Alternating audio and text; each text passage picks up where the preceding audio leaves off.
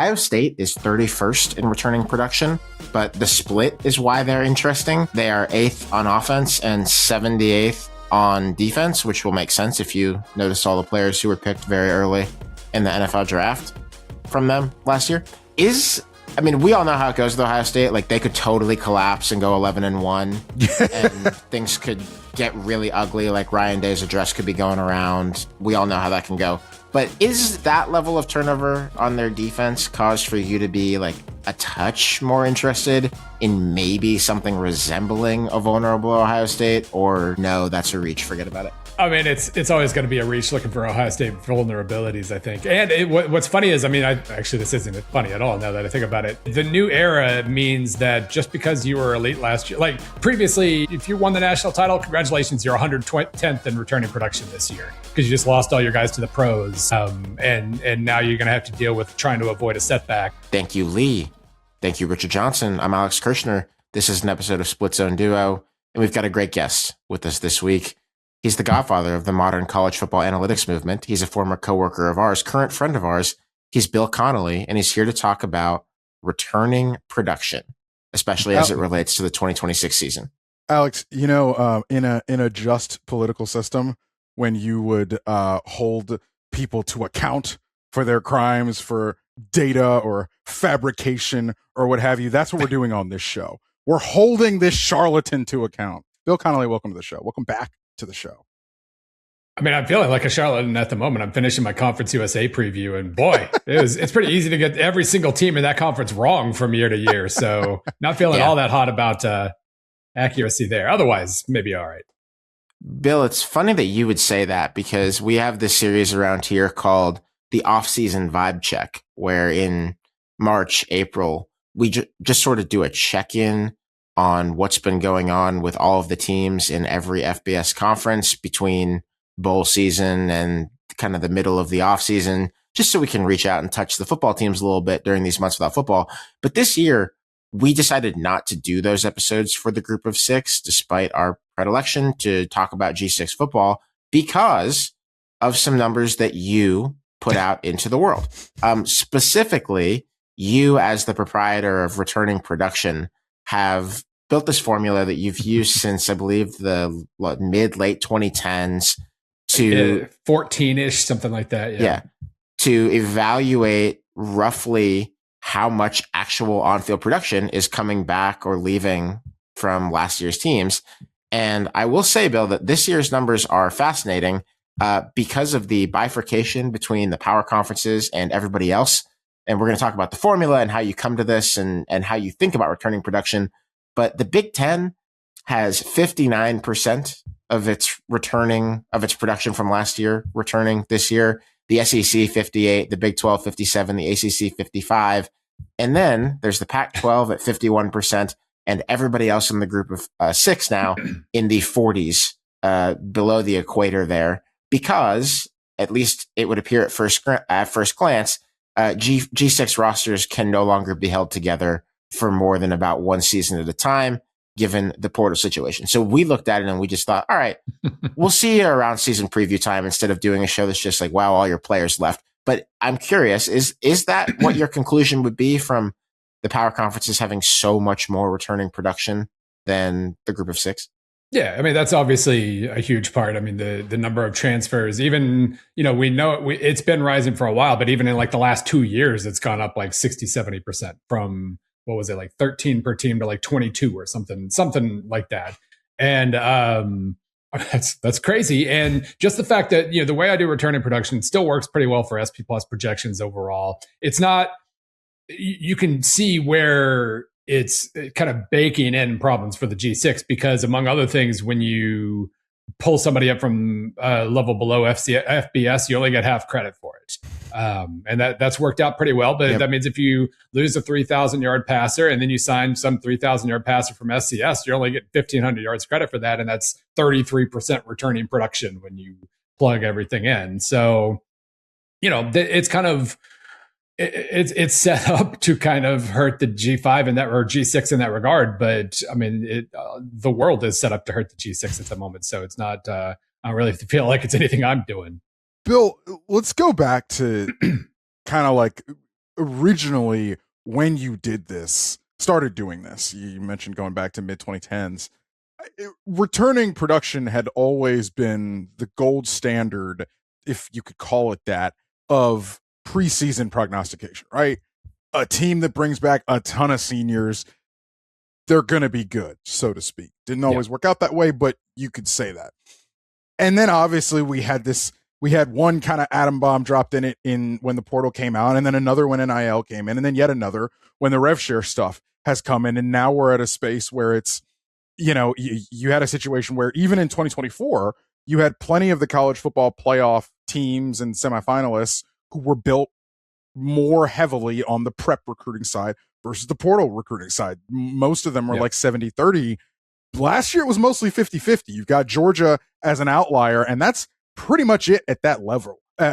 So you talk about sort of the adjustment for an FCS quarterback coming up as the player movement era that we're currently in has gotten to this point. How have you sort of tweaked this formula, or maybe you haven't tweaked it at all, and you landed on something good in 2021 and you've been kind of rolling with it? Yeah, I mean, every year we have more data for the heavy transfer era, and so I'm able to kind of go back and see if I'm doing things the right way. I'm sure it would be a lot better if it was a lot more complicated in terms of like you got a Nevada transfer that's going to be worth that you're going to like adjusting each team and each unit and all that. And I think it would be a little better doing that, but I'm not sure how much better, because I mean, keeping it at a very broad level, it seems to still work pretty well as a whole. So, however this long ago this was, 12 years, something to that effect. It was just basically literally counting up, what percentage of your running back yards are you getting back and all that kind of stuff. And it worked pretty well. And no team had more than 3 transfers, and 3 was a lot. 6 was unheard of. So it was very, very straightforward. And I would just plug in those transfers. If you got 1,000-yard running back, you get, plug 1,000 yards into the numerator and the denominator, and you're returning that production. And it wasn't that big a deal because there weren't any transfers. Now it really is a humongous mix of returning and incoming transfers. Right. And it's huge. I mean, right. Like I said, every year I get more data and I can kind of tweak the weights of recent quality versus recruiting rankings versus returning production and all these things.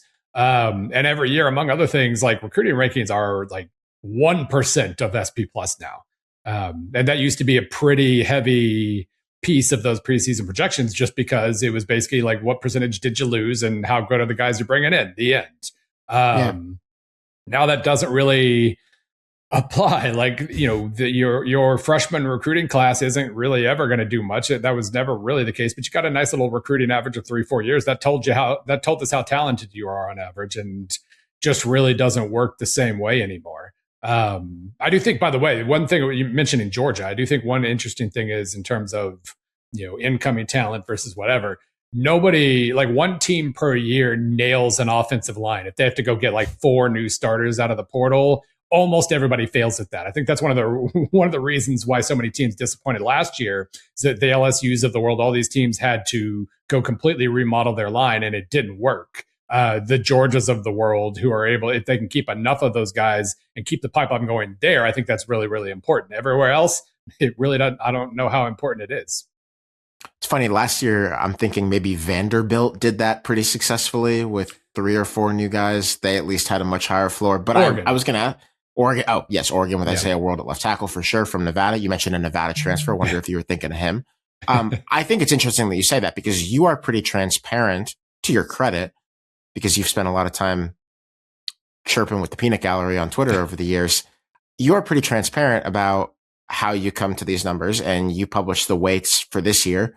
Offensive returning production is about 40% based on your returning offensive line snaps, 35% based on your receiving yards from receivers and tight ends, 22% quarterback passing yards, 3% running back yards, which I think is really interesting. You're really at the vanguard of running backs not mattering here, Bill. That's a crime that you might have to answer for. But I'm wondering, you just said that returning production is now sort of returning and incoming production. You mentioned there's basically a 0.5 multiplier on FCS production that comes up to FBS. But on the G6, it's still pretty straight up, right? Like a 800-yard receiver in the MAC is an 800-yard returning receiver in the Big Ten, correct? That's correct. There's probably a multiplier in there, like 0.8 or something, or 0.9 maybe, that would do a better job. But my only time's kind of fiddling with that. I haven't come up with anything that's definitively better. You do figure there's a little bit of an adjustment. But we can also think of a million G5 transfers, now G6, who moved up and did really, really well. So it is, I guess it's a matter of evaluation, but that translation isn't nearly as bad as coming up from FCS or D2 or wherever, where it really is. Some of those guys are amazing and some of them aren't, but on average, it's probably, you're probably not going to get the same production.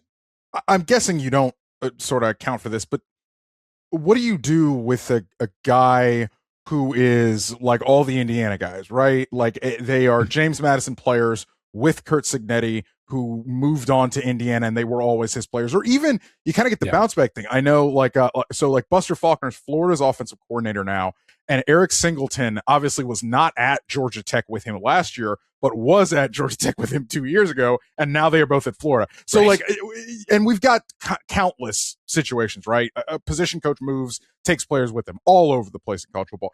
Have you tried to do anything about that? I think that's going to be next year's project. Because this year, especially, we got a lot of head coach takes 20-something guys with him kind of deals where it has still been, it's happened, but it's still been pretty rare. Like we definitely haven't had enough before this year to really try to figure out what a trend might be there. But yeah, I mean, I think this year, my big project was trying to split apart returning and incoming production and see if I should have different weights for that. The answer was basically no, there's no way to do it better than you're currently doing. So I wasted hours of my life trying to play with that, assuming that I would make improvements there. And there just wasn't anything noticeable, which is kind of surprising. But I think next year, the February project will be, now we have enough examples of guys, at least at the head coach level. Once you get down to OC, it does get kind of tricky. But guys moving in mass and what that does to a team. Because when Indiana, when Curt Cignetti did that 2 years ago, I was like, boy, I don't know. Because really the only example at that point was Jay Norvell moving from Nevada to Colorado State, and that bombed. Like he brought in like 13 or 15 Nevada guys with him. Team fell apart. You could almost say it was like a chemistry issue, old guys, new guys. So I was like, man, I don't know if this is the right move by Cignetti. It was the right move. It turned out okay. And now we've seen a lot of more, we're seeing more examples of it working out really well. But when it was 0 for 1, I wasn't really sold on this strategy. Bill, I am, not to get stuck on the weights and not to interrogate you about it, but I'm just really interested in all of this. Hold his feet to the fire. Hold the man to account. Yeah, that's right. I think it's very intuitive for me why offensive returning production is 40% offensive line and 3% running backs at the polls.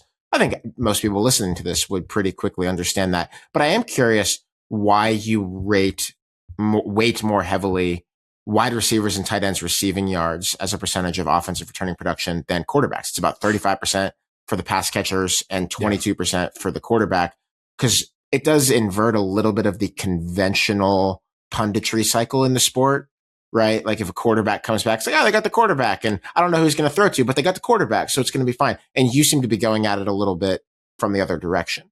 Yeah. I mean, two things. First, this is all based on kind of retroactive looking at things like what would the best combination have been to make last year's numbers most accurate? Because that's not like statistically, that's not the most amazing way to go about things. It's kind of the only choice if you want to look at, especially when the world's changing every single year.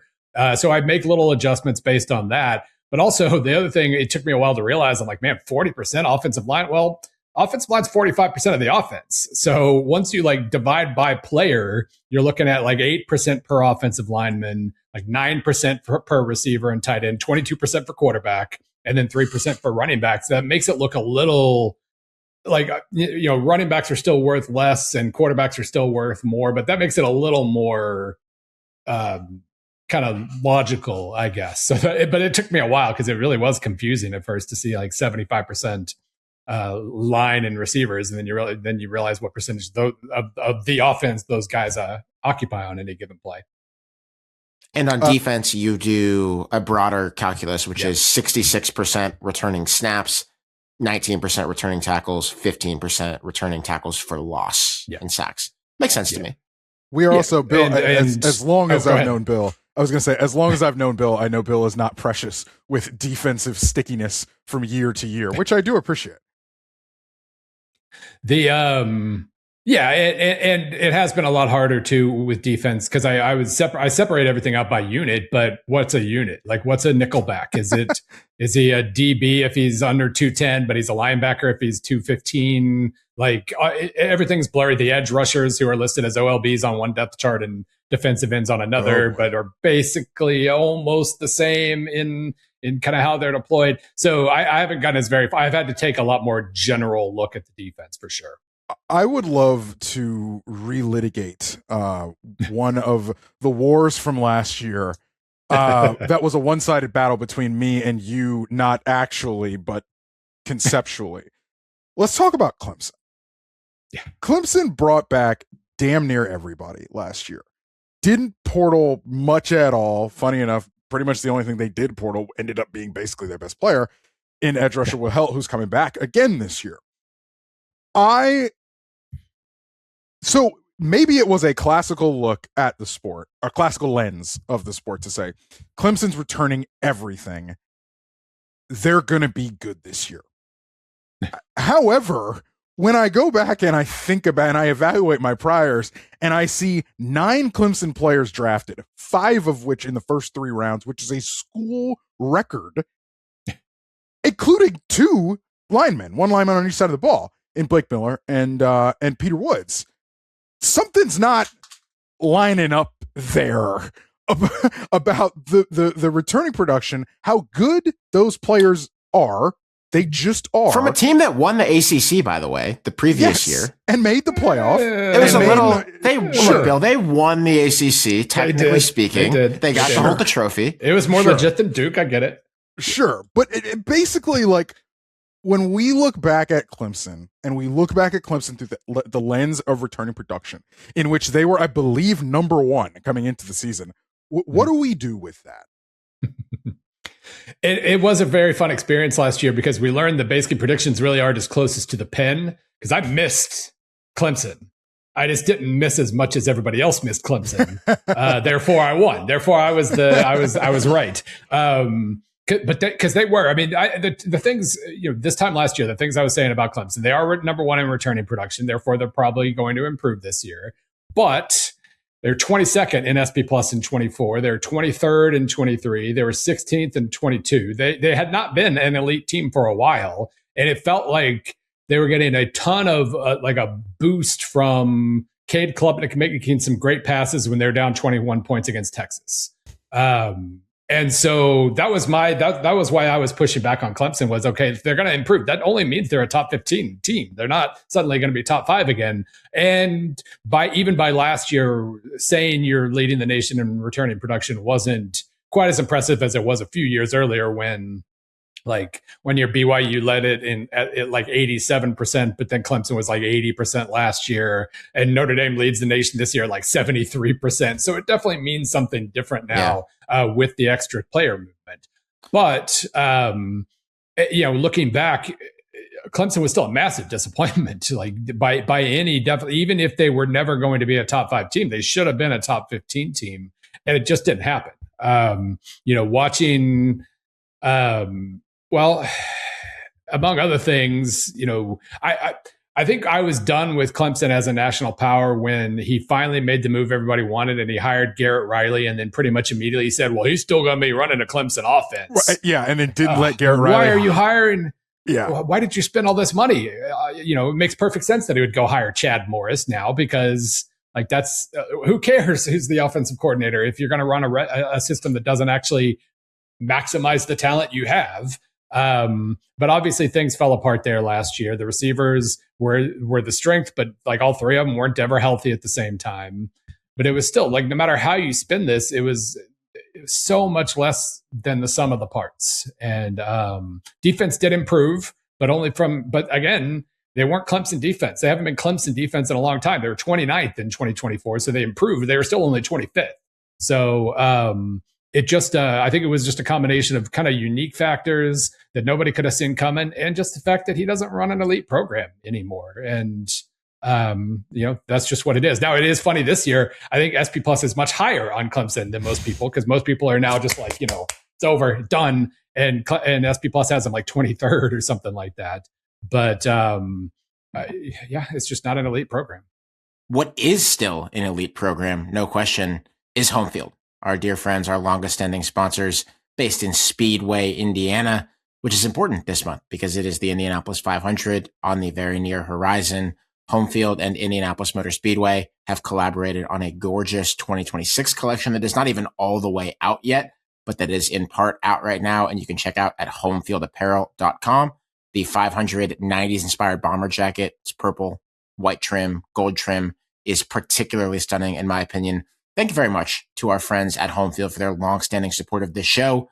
Not just a college sports brand, even though that is predominantly what they do, but also a brand that really cares a lot about Indiana and the Indy 500 and all of the culture surrounding that. And they put a ton of care into it. You can find it all at homefieldapparel.com.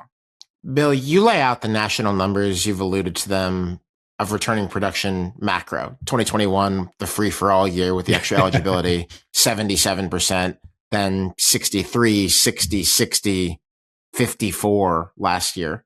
And this year it was even lower than that, by a shade. Yeah. How much has that just messed with your brain, frankly, as someone who more than maybe anyone else in our industry spends his off-season months evaluating rosters? I used to edit your 128 team preview articles at SB Nation. Like, I know that you are in this stuff in April, looking ahead to the season. Like, to what extent do you pause now? Do you feel less confident in what you're doing in the off-season months because of this? Or am I wrong? Well, the two things that have impacted me the most. Number one, you'll notice SP Plus didn't come out till late March. That's because it took me so freaking long to update everyone's roster with 20 something transfers each. And so like a process that probably used to take 25 minutes per team now takes like an hour 15 per team. And I was still trying to actually write stuff. So that part took forever just logistically, because you do have to piece stuff together. And, a lot of teams, some teams still haven't put out 2026 rosters. Billy Napier, you're on my bad list right now. Put out a damn JMU roster. So like, wait, that part is no roster? No roster. It's apparently May they handed 6th. something out at the spring game. Yeah, no, it's in May, and it's not a service academy. You guys have no excuses whatsoever. And he's not the only one. I haven't checked some of the others that were still stragglers a few weeks ago. So that part's just kind of weird. And I don't write team by team previews anymore. I still write giant 10,000 word conference previews. And the hardest part is writing those blurbs and not just making every single team a list of transfers. Especially, it's hard. It's legitimately hard. Yes, especially with like the MAC and and I did the MAC last week. I'm finishing Conference USA. I'm getting Sunbelt going. All of these teams lost like 18 starters each, and it's just a list of how good are the guys coming in, and it's hard to.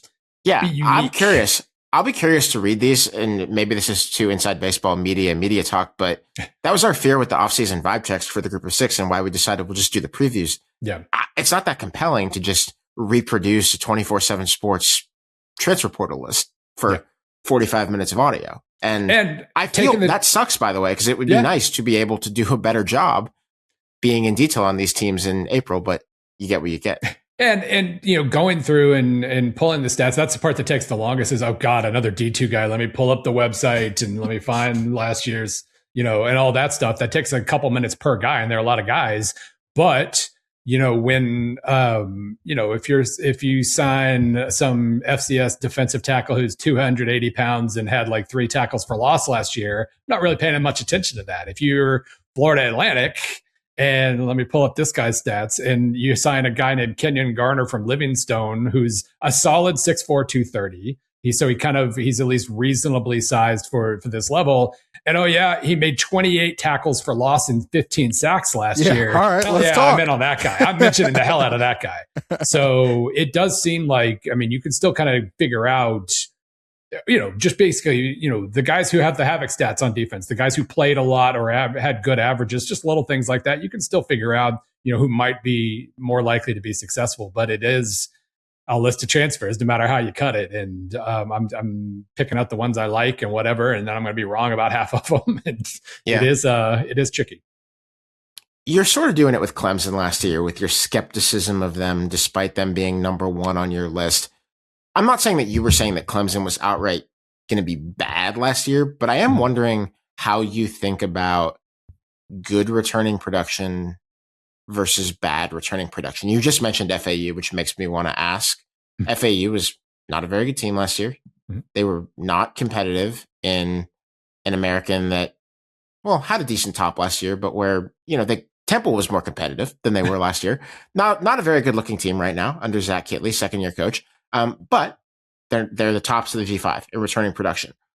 How do you have a way of looking at a team like that, or of sorting through your own returning production table 1 to 138 and saying, that looks like a number that should be interesting to me. That looks like a number that shouldn't be. Yeah, I mean, I think Florida, like FAU is a really nice, clear example here because, obviously last season, offense was pretty good. Actually, one of like 4 teams still trying to attempt tempo in 2025. And, they were, still averaged almost 80 plays per game. We're in an era where, we're seeing fewer plays and, fewer gaudy numbers, and they were still out there trying to produce gaudy numbers. So they were 64th on offense. And then you look and Veltkamp, their quarterback's back. They got a healthy percentage of their receiving and rushing yards. They got a couple starting offensive line, plus a couple more who were in the rotation, or one at least. So the fact that their offensive returning production numbers are pretty solid, and they were pretty solid on offense last year, that's encouraging. Obviously, still got to make stops. But then when you combine that with the fact that he went out and got some of the most disruptive, like D2 guys on the planet, I'm pretty excited about that. And so I'm willing to kind of talk myself into a team like FAU in that regard. What are they? They're only projected to improve a little bit. So I'm probably higher on them than SP Plus is. It's, they're only supposed to go from 99th to 95th, but I really do kind of see an identity and some dark horse potential there. But yeah, it is. And I think the other thing to remember at all times is returning production doesn't mean you're going to be good or bad. It's going to mean you're going to be better or worse. So if you're a terrible team with good production numbers, congratulations, you're going to be less terrible. But that is an important thing to keep in mind. You're number one in returning production. That doesn't mean you're going to win the national title, but it could mean you're better.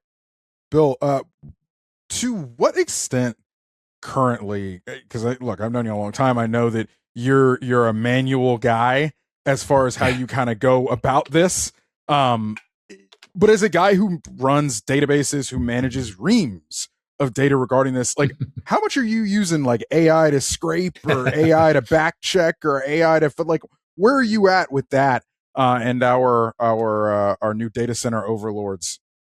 Well, the roster updates part is still extreme. I compare this to like Bill Belichick talking about padding a game, like going through and actually just watching and writing stuff down. Because most of the impressions I get from my previews come from going just manually through Florida Atlantic's roster, even if it takes an absolutely obscene amount of time, and just being able to come up with impressions in that regard. And then also realizing as I'm going through everybody, like, oh, there sure are a lot of teams with like brand new defensive lines, or there sure are, seems like offensive lines are a little better than they were last year. And keep that in mind. So that's an important process. And if I could, I'm sure there'd be a pretty decent way of scraping rosters at this point. Well, if they exist, sure. A lot of teams still don't put them out. You still got to have the right inputs or it's going to be bad. Right. And it'll be worse because you won't notice if it's doing it for you. Right. Yeah. And so I don't think I'm just being a Luddite by basically saying, no, I'm going to keep doing this by hand in that regard. And I will say, AI is not going to solve the biggest problem right now, which is that every single newspaper is behind a paywall. And I'm not going to subscribe to the Akron newspaper just to make sure I know who's hurt or healthy on Akron's football team. So that's just that's hard. If there's a way for that, I guess I haven't ever really tried to see how well an LLM can get around paywalls, but I doubt it works very well. And that's just coming up with the injury information is harder now than it was 15 years ago. And that's just mind boggling. It should not be that way. Yeah. Even in an availability report world. Right. Like even on those, they're still going to be as they're still going to make those as blurry as possible. If I were in your position, I would have very little interest in the models, because I think one of the things that they are actually good at is translating plain English into spreadsheet language and helping you build spreadsheets if you're not good at it. But Bill, I mean, you don't need a lot of help in developing spreadsheet models that will give what you need. This is I don't say this as a brag, but that is very true. Yeah, I am curious. I am expecting, and Richard, I think you've done some reporting on this for CBS Sports, that I think there already are college football buildings and athletic departments that have enterprise subscriptions to Anthropic or what have you to do some of this work for them. My understanding is that is happening, though not in a. I don't get the sense that college sports is like at the front of the line of business groups adopting this technology. I don't think it should be either for that matter. I guess it was last year's Sloan conference. I didn't go this year, but at last year's Sloan conference, Daryl Morey was saying he was using LLMs for like draft help. I'm like, why? Like, why? Yeah. I mean, the only thing I could possibly think of there, like, it's just pulling all the same stuff you're supposed to be pulling. You're probably pulling better stuff. But the only thing I could think of was to build confidence in like where somebody's going to go if you need to trade up or down or something. But I mean, there are composite models, consensus models that do that anyway. So I don't.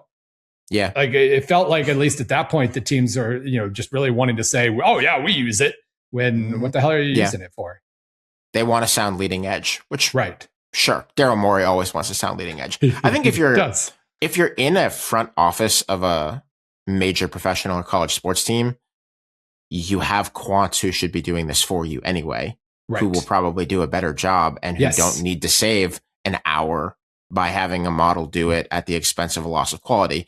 I think if you're a much smaller budget operation and you think you've got a good football brain but a terrible Excel brain, that's probably a spot where it could be much more helpful to you. But that's and odd the other thing, if you're Daryl Morey. The other thing too is like, if you're trying to build a model for the first time, obviously coding assistants might help you in that regard. So there is that. But again, you're hiring people who have coding experience already, or you're supposed to be. So I don't know.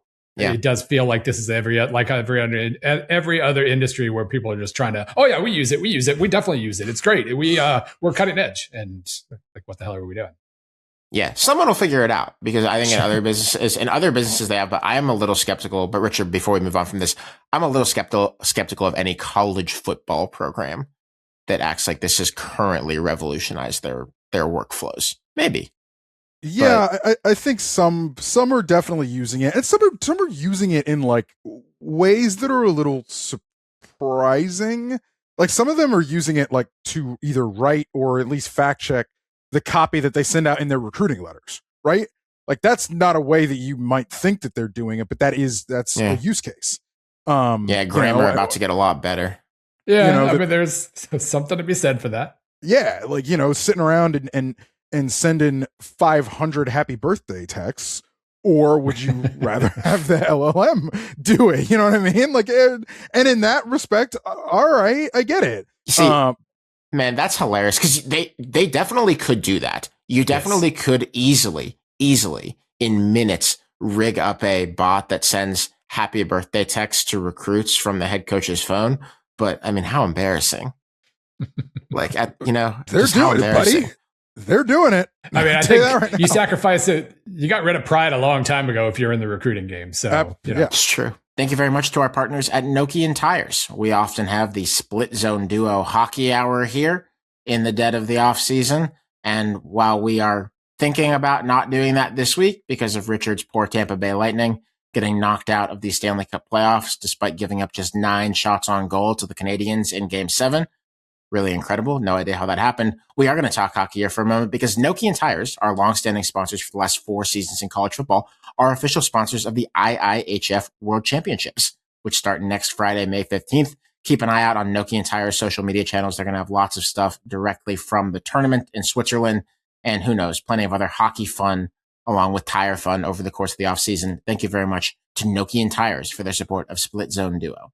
Bill, when we talk about sort of the recruiting game because that is where I think the most probably specific databasey thing that college football teams do, are you getting hit up by aspiring, GM types, aspiring kind of analytics staffers? Because now, as the GMification of the sport is where it is, you have that pipeline to a high level front office job in college football. I mean, I'm seeing guys do it. Yeah, I think, kind of the disintegration of social media at the moment is kind of hurt in that regard. I don't feel like I've built as many new contacts as I did a few years ago.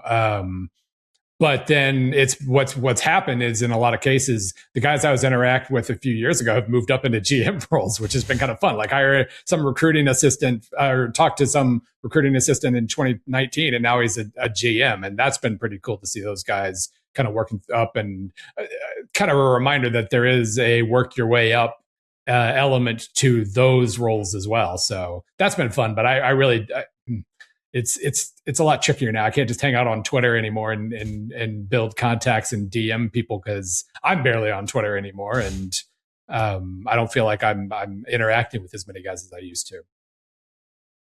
It's sad. I feel the same way. I feel like spending less time there has not been the best for getting in touch with people like that. Coaches aren't coming over to Blue Sky, so you gotta. They're still to the extent that they're anywhere, they're still over there. Bill, let's talk about this year's chart. This year's returning production index. You rank more teams than you've ever ranked before because, well, there are more teams than there have ever been before. You mentioned that Notre Dame is at the tippy top at 72%. And at the very, very bottom of this ranking at 138 is Southern Miss, which I guess that'll happen. That's a Charles Huff situation. When Charles Huff comes somewhere or goes somewhere, pretty much everybody's out or everybody's in, depending on which way Charles Huff is going. So there's 136 teams between them. I want to talk about some of the most interesting to me in particular. Okay. I do apologize to all of the Split Zone Duo listeners for this one, but Maryland is number 2. On the returning production list this year. I do want to get this out of the way. To me, this is actually kind of a good returning production situation. So I don't really want to talk about it further than that, but I'm curious what your read is of the Terps. Bill, I told him in the Big Ten vibe check that I think we're going to be Maryland positive this summer. And again, returning production just means improvement. It doesn't mean good. So when you suddenly plummeted to 75th last year, 91st on offense, you'll improve. But I think what are their projections? 53rd overall, 65th on offense now. So yes, improvement. That's going to be pretty competitive. And for what it's worth, I did like that Loxley goes out and realizes, man, we didn't have any guys who could actually hold on to our star quarterback's passes last year. And while some of that was on the quarterback for, needing to know a little bit more finesse, he goes out and gets an ODU kid who made some big plays and had a solid drop rate. He goes out and gets a kid from Wyoming who had fewer big plays, but a better drop rate. Like slot receivers whose job is to just not drop the damn ball. He went out and addressed that, got a tight end as well, albeit a tight end who did drop some passes. So we won't get into that as much. But just the fact that, you've got those guys, you have so many sophomores, just looking at the list here, so many sophomores, a few juniors. That's a reminder of how freakishly young this team was last year. So yeah, that on that basis alone, Washington learns, some lessons last year. Maybe, hopefully, learns a little bit more touch this year. Gets a few guys with better hands. Returns a couple sophomore running backs, and suddenly they're competent offensively again. Number 5, South Carolina. I'm preparing for a third year in a row to do a season preview of South Carolina that is essentially, or at least a second year in a row, 2.5 years. Lenora Sellers is still here. Dylan Stewart's still here. Nick Harbor's still here. Is this going to be the year? Not doing the South Carolina. Good returning production or bad returning production for the number 5 Gamecocks? Well, here's some analytics for you. In odd number or in even numbered years, Shane Beamer's averaged an SP Plus ranking of 16.5. And in the last couple of odd numbered years, he's averaged an SP Plus rankings of 50.0. So therefore, it's even numbered year. They're going to be good. Yeah, this is like the San Francisco Giants when they would win the World Series in every even year and then be bad in the alternating years. Who was it? Steve Traxel for the Cubs, who was amazing every other year and terrible every other year. So there we go. Shane Beamer's the Steve Traxel of college football coaches. I mean, it is funny. Like with Clemson, it's kind of the same way. Like, you know, SP Plus was trying to drop some warnings about South Carolina last year. And they ended up way worse than SP Plus thought. But now it gets to be the one that's saying, hey, it's still talented, still might be pretty decent. And even last year we saw it. I mean, they had some absolute dud games, but they had some pretty good competitive losses as well. And so they weren't that far away. Kendall Briles. Sure, man. All the obvious stuff aside, Kendall Briles is a professional offensive coordinator. He's not going to be spectacular, but he's probably going to be able. He brings more to the table than Mike Shula. That is such a great way to put that. Well, that's how I've been saying about Chip Lindsey all offseason in Missouri land too. He's just give him some ingredients, he'll cook it, and you won't mind the meal. He will. You're right. And no one is going to do anything like, he could be an interesting head coaching candidate. Like, we all understand the deal. That's true. Yeah, that's true. So I mean, in that sense, like the Mike Shula thing was, we'll say, a reach. The best spin I could have given that last year, I tried to basically look at his Carolina year with Cam and basically say, okay, I guess if you have a Sellers, then you want him to play like Cam. So I get it. That was literally the plan. That was, and but also he hasn't been good at a job in a while, play calling, and he had no offensive line and no running backs. So that was a little bit of an obstacle. I mean, I love watching Sellers. He is exactly what he is. He's going to run into trouble as much as he runs out of trouble. And he's going to make a couple throws a game that are the most obnoxious, amazing things you've ever seen, while also making a bunch of terrible decisions. So I don't see that getting a lot better, but if he has a better supporting cast, we know he can win 9 games because he did it 2 years ago. His NFL draft cycle is going to be interesting because he's like, I'm tired of it already. He's like, what if Shadur was actually really kind of great, but also ran himself into, as you say, trouble. That's been like the one kind of sticky thing. Like, it's hard to say what a guy's going to do from college to pro, but if he ran himself into trouble in college, he's running himself into trouble in the pros too. Doesn't get easier. No way around it. Doesn't get easier, apparently. Okay, number 6, Bill. Texas Longhorns, a lot of returning production, but this one is really interesting to me. They added Raleek Brown, running back, who I think was last at Arizona State, Hollywood Smothers from NC State, great back, Cam Coleman, obviously. I've seen Cam Coleman on like breakout lists this year. I know, the best. He is, but hold on. The Athletic newsletter called him the best receiver you haven't seen. Hold on a second. I think that's in the ballpark. Guys, Jeremiah Smith had more yards than him last year. Or excuse me, Jeremiah Smith had more yards last year than he has in his entire career, his 2-year career in college football. We understand he was in a god-awful passing game and a god-awful offense last year. The talent has not broken out yet. It hasn't. It's going to, but it hasn't yet. I don't think it was you, Alex, who had it rolled in the Athletic newsletter saying he's the best player you've never seen. But I felt that it was still kind of exaggerating a little bit. He still played. We can see Auburn's TV ratings, so I think we know that he has been seen. But that said, his great plays are spectacular, and he'll probably make more of them now. So I will just defend. I'm not familiar with the specific newsletter. I guess you could make a very cogent argument that no Auburn wide receiver has ever really been seen, even if they've been seen. But like, we haven't known them. We haven't really looked at them and seen them for all they could be in the 26 years since Auburn last had a 1,000-yard receiver. There has not been one since 1999 at Auburn. Maybe that's what it means. Shout out Ronnie Daniels. So I will say with Texas, maybe this is just because I'm always feeling like I'm more skeptical of Texas. I don't know, but there's the Big 12. He's still got some Big 12 in him, folks. Back like when my first year of blogging, we were complaining about Texas making like $12 million in media rights while we were stuck at like 7 million. So it's just never, that bitterness has never left my heart. That is funny, by the way. I did come across like 2007 media rights numbers the other day. A little different than now. But I struggle to. I put this in a piece a few weeks ago, and I don't know if I don't still know if I can explain it correctly. But it feels like Sark is fighting last year's war. Last year, he needed receivers and offensive linemen. Didn't have them, and it cost them at least half a season of competent offense. And by the end of the season, he had Arch was number one in total QBR in November onward, and the offensive line was playing much better, and the receivers were coming through at a higher level. And it felt like, okay, well, we kind of overcame that stretch of poor play or whatever, and now we've developed guys into a really, really solid offense. Arch's inability to throw on the run aside, which is mind-boggling, by the way. He cannot throw on the run at all, despite being a very, very good athlete. But even with that aside, number one in total QBR after November, clearly it was a good offense late in the year. So for him to then chase off a bunch of running backs and receivers and offensive linemen and then bring in like half as many guys, like stars, but half as many guys. Mm-hmm. No stars on the offensive. The offensive line portal was small, and that kind of has a little bit of like, are you hanging chandeliers while the foundation is still a little?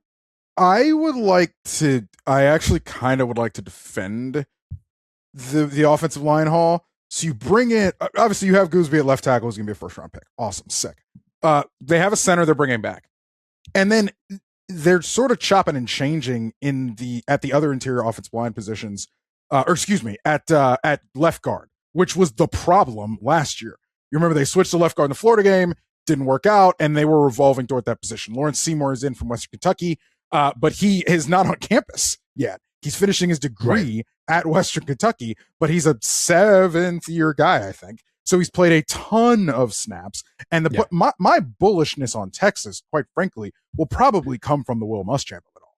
Like, you're bringing in Will Muschamp as defensive coordinator. Sark is saying, hey, man, I'm done really meddling in the defense. Sark is admitted that he has meddled on defense. And he's saying, hey, man, take it over, to the point where it sounds like he's given Muschamp like carte blanche to like call timeouts during defensive possessions so that Sark can cook with Arch and the offensive staff. So if you're going to be bullish on it, I think I'm going to be again this year on Texas. That's the upshot. Now they got to find a corner, by the way. They do have to find it. The defensive back situation is sus. They're going to have to find a corner. But other than that, the bullishness is there. I guess this is, again, like fighting the wrong war. Like, it felt like to me he should have replaced his offensive coordinator before he replaced his defensive coordinator. He's never replaced the offensive coordinator. You know that. I know. But the fact that the defense has graded out better the last 2 years, and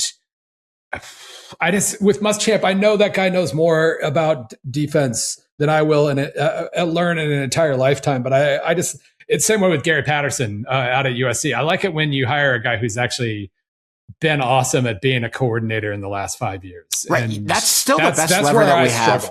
It's the best lever that we have. Absolutely. I think we have to, as football analysts who aren't as smart about football as lifelong football coaches who are paid many millions of dollars a year to do it, you still you have to have that humility and still be willing to judge results and realize that they're not always going to be right because they're competing against other people who are also very smart. Right. I can't so quit him. basically I with can't Texas, quit him. I can't quit him as a defensive mind. Can't, won't. You are clearly not alone. With Texas, it's extremely easy to put together a top 5 case. So obviously, I love Ray Lake Brown. I like Ray Lake Brown more than Hollywood Smothers, honestly. And Smothers, I think, has gotten a little more press, maybe not. But I mean, they're both very, very good. So those two, Cam Coleman, Sterling Burkhalter from Wake Forest is solid at least. So, there's plenty to like there. I worry about the offensive depth because, again, it felt like he chased off twice as many guys as he brought in who aren't freshmen. Obviously, there's some freshmen in there. And so that concerns me a little bit. And then with both Muschamp and Gary Patterson, I just need to see, like, can you run a 2026 defense as well as you ran a 2011 defense? And with Patterson, especially more than Muschamp, with Patterson, like it feels like a Chip Kelly kind of situation where everybody took your good ideas. Now, what new good ideas do you have? And we'll see. Yeah. Bill, bottom of the list this year, 3 teams that are below 116th in returning production. The 3 best group of 5 teams last year that all have things in common. Tulane is at 117 in returning production. North Texas is at 132. And James Madison is at 136. Everyone lost their coach. Everyone sort of gets that. Yeah. I'm guessing the answer is not going to be North Texas if I ask you who you'd be most bullish about figuring it out this year. Yeah. But I'm guessing it would be James Madison or Tulane who you would feel more optimistic about. But tell me if I'm wrong. And how are you looking at the basically complete restarts at those 3 places? North Texas was the team. North Texas and Oklahoma State were the 2 teams where I had to really kind of step back and examine, like, how do I project this? What do I need to, not necessarily change, but what do I need to look at to figure out if I'm doing this the right way? And one of the things I came up with last year was this little tweak. It's kind of a workaround, really, of if you overachieve dramatically or underachieve dramatically against like a big 20-year average, either overall or on offense or on defense, and that coach who was responsible for that left, then you're probably going to gravitate towards your historic mean. So that allows me, that's a little trick, but it allows me to assume that Oklahoma State's going to rise pretty significantly, both because they had their worst team in almost 70 years last year, and then also they just imported the best offense in SP Plus from last season. They're going to have like at least 6 North Texas guys starting probably, and that was a very good offense. Obviously, Mestamaker still had some lessons to learn, but it was very good offense. So the flip side of that, obviously, is that North Texas just fielded, like, by far its best team in its FBS life, and then lost its head coach, the entire offense, most of the defense. And even though Neil Brown is a perfectly solid coach, it's like they're going to fall. They're going to fall a long way this year. Yeah. They're going to gravitate towards whatever that historic mean is. So assuming Tulane was a little harder to project because they've been really good for a few years, but not over that 20-year average. They have a lot of crap on that 20-year average. So I think they're probably projected to fall a little bit more than they should be. But bottom line this year, especially, is the AAC is going to be wild. Excuse me, Bill, the American Conference.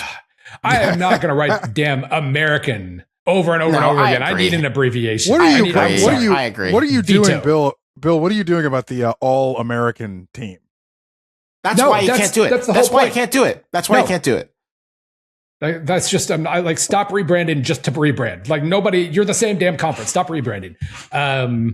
So anyway, that conference is going to be fantastic this year. Navy is actually projected first overall in SP Plus this season, despite losing their quarterback. They lost their quarterback.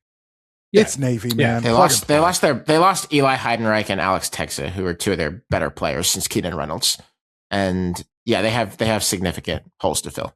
So, but they're still 93rd in returning production, and that's pretty good for the American. So therefore, they're in good shape. But then, like, Navy, Memphis, UTSA, ECU, which got hit pretty hard by attrition as well, but kept their coach, which is kind of important in this regard, are all pretty close together. USF's not far off. Army and Tulane aren't far off. My beloved FAU isn't too far off.